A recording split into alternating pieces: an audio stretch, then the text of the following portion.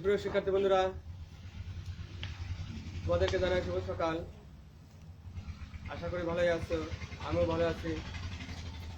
তোমাদের সাথে আমি লাইভে আছি প্রশান্ত কুমার সাহা, সহকারী শিক্ষক, মহাজন গোস্বামী মাধ্যমিক বিদ্যালয়, কালিয়ানড়াই। শিক্ষার্থী বন্ধুরা, আমরা আজ যে বিষয় নিয়ে আলোচনা করব সেটি হচ্ছে নবম ও দশম শ্রেণীর হিসাব বিজ্ঞান বিষয়ের অধ্যায় 2 লেনদেন। ইতিমধ্যে আমরা প্রথম ক্লাসটা নিয়েছি। আজকে আমরা অঙ্ক করার চেষ্টা করব, কিভাবে হিসাব সমীকরণের মাধ্যমে আমাদের অঙ্ক করতে হয়। তো তোমরা দ্রুত খাতা কলম বের করো এবং টেক্সট বুকের প্রশ্ন নাম্বার 2 এর খ এই অঙ্কটা আজকে করার চেষ্টা করব। তোমরা মনোযোগ সহকারে শুনবে এবং দ্রুত খাতায় লিখে রাখবে। 2 নম্বরে আমাদের খতে দেওয়া আছে চয়ন ব্রাদার্স এর লেনদেনগুলো সমীকরণ পদ্ধতিতে কারণ সহ ব্যাখ্যা করো। শিক্ষার্থী বন্ধুরা, আমরা এর আগের ক্লাসে সমীকরণ সম্পর্কে সুন্দরভাবে শিখেছি বা বোঝানোর চেষ্টা করেছি।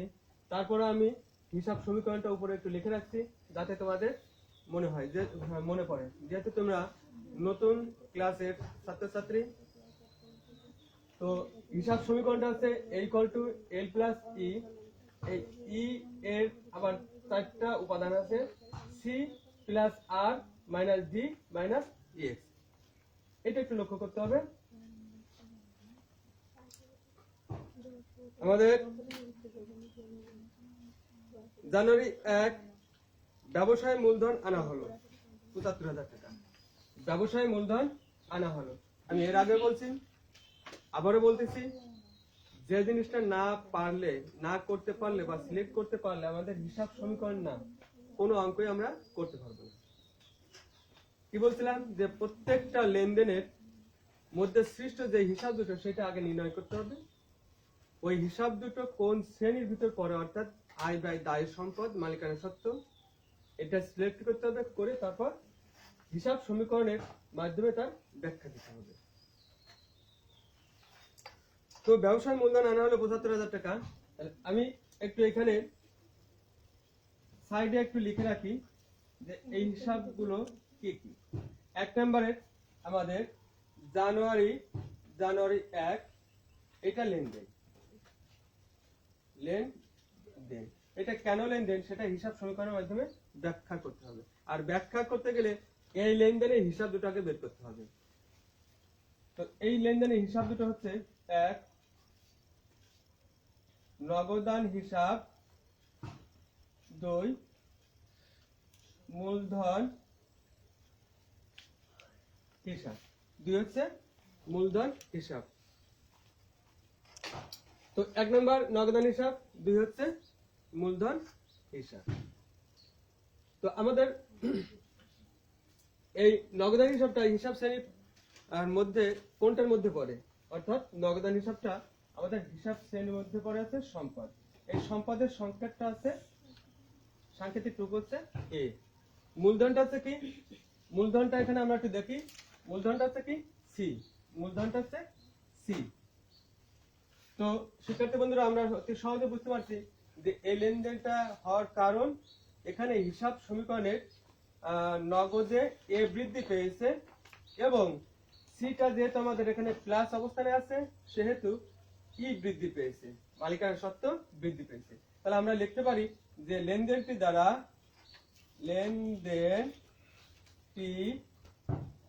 দ্বারা সমীকরণের হিসাব সমীকরণের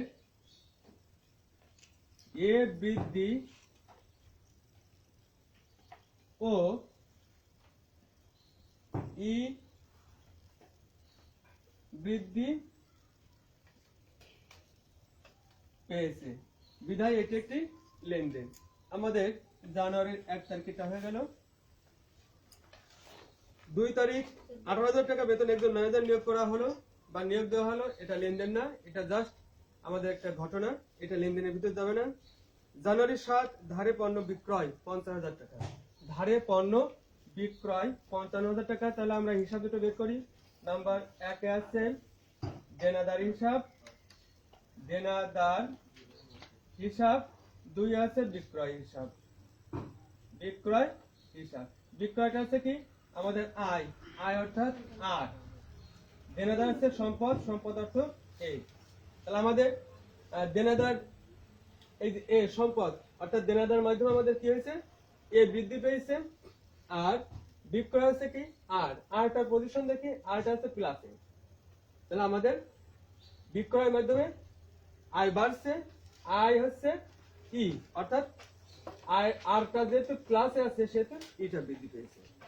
যখন এইগুলো মাইনাসে থাকবে আমাদের ওখানে পড়বে তখন সেটা দ্বারা আমাদের ই হ্রাস পাবে, এই কথাটা লিখতে হবে, আর কিচ্ছু না, এটা জাস্ট একটু মনে রাখতে হবে। তাহলে আমাদের এখানে কি হচ্ছে, জানুয়ারি 2 এটা লেনদেন, লেনদেন লেনদেনটি দ্বারা লেনদেনটি দ্বারা হিসাব সমীকরণের এ বৃদ্ধি ও ই বৃদ্ধি পেয়েছে।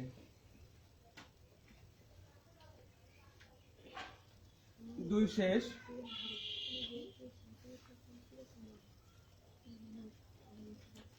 সরি 2 না, এখানে তারিখ দিতে হবে 7 তারিখ। তারপর নগদে মনিহারি ক্রয় 10 জানুয়ারি 10, এটা লেনদেন, লেনদেন নগদে মনিহারি ক্রয়, নগদে মনিহারি ক্রয়। তো আমাদের এখানে কি হচ্ছে, মনিহারি, মনিহারি এটা হচ্ছে ব্যয় ইএক্স, আর নগদান হিসাব হইছে এটা হচ্ছে এ। নগদে যেহেতু মনিহারি কিনতেছি তাহলে এ হ্রাস পাচ্ছে, আর ইএক্স এর অবস্থা হচ্ছে কি মাইনাসে, ই হ্রাস পাচ্ছে। তাহলে আমরা লিখবো যে লেনদেনটি দ্বারা এ হ্রাস এবং ই হ্রাস পেয়েছে। তো তারপরটা দেখি 12 মালিক তার ব্যক্তিগত তহবিল থেকে ছেলের স্কুলের বেতন। ব্যক্তিগত তহবিল থেকে যদিও লেনদেন, কিন্তু ব্যবসায়িক দৃষ্টিকোণ থেকে একে আমরা লেনদেন হিসেবে আখ্যায়িত করব না, কারণ ব্যবসায়িক দৃষ্টিকোণ থেকে লেনদেন হিসেবে আখ্যায়িত করতে হলে তার ব্যবসায়িক আর্থিক অবস্থা পরিবর্তন করতে হবে, এটা লেনদেন নয়। জানুয়ারি 20 সুমনা ট্রেডার্সের নিকট হতে 30,000 টাকা পাওয়া গেল, এটা একটা লেনদেন। তাহলে আমরা জানুয়ারি 30 এটা একটা লেনদেন। তাহলে আমরা এখানে কি লিখবো, সুমনা ট্রেডার্সের নিকট থেকে পাওয়া গেল। তাহলে সুমনা ট্রেডার্স কে একজন দেনাদার ছিল, দেনাদার, দেনাদার এটা হচ্ছে এ, আর পাওয়া যাচ্ছে নগদ টাকা, নগদান এটা হচ্ছে এ। তাহলে নগদে এ বাড়তিছে, দেনাদার এর হ্রাস পাচ্ছে। লেনদেনটি দ্বারা, লেনদেনটি দ্বারা এ বৃদ্ধি ও হ্রাস, একবার লিখি, হ্রাস পেয়েছে, পেয়েছে। আমাদের প্রত্যেকটা লেখায় লেনদেনটি দ্বারা হিসাব সমীকরণের এই কথাটা লিখলে সবচেয়ে ভালো হয়। আমরা হিসাব সমীকরণের কথাটা একটু জড়াই দেব। 30 শেষ, তারপরে কি আছে,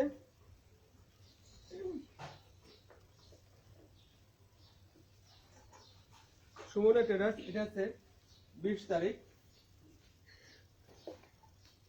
জানুয়ারি 25 বিজ্ঞাপন বাবদ পরিশোধ, জানুয়ারি 25 এটা একটা লেনদেন, লেনদেন।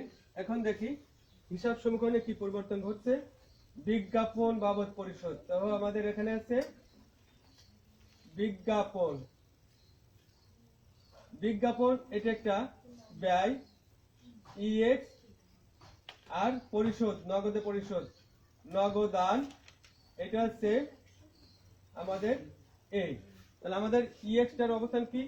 মাইনাসে, এখানে ই হ্রাস, নগদে এ হ্রাস। তাহলে আমরা লিখব লেনদেন টি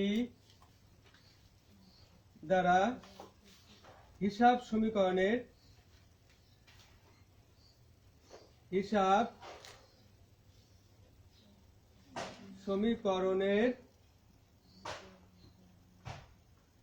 এ হ্রাস ও ই হ্রাস পেয়েছে।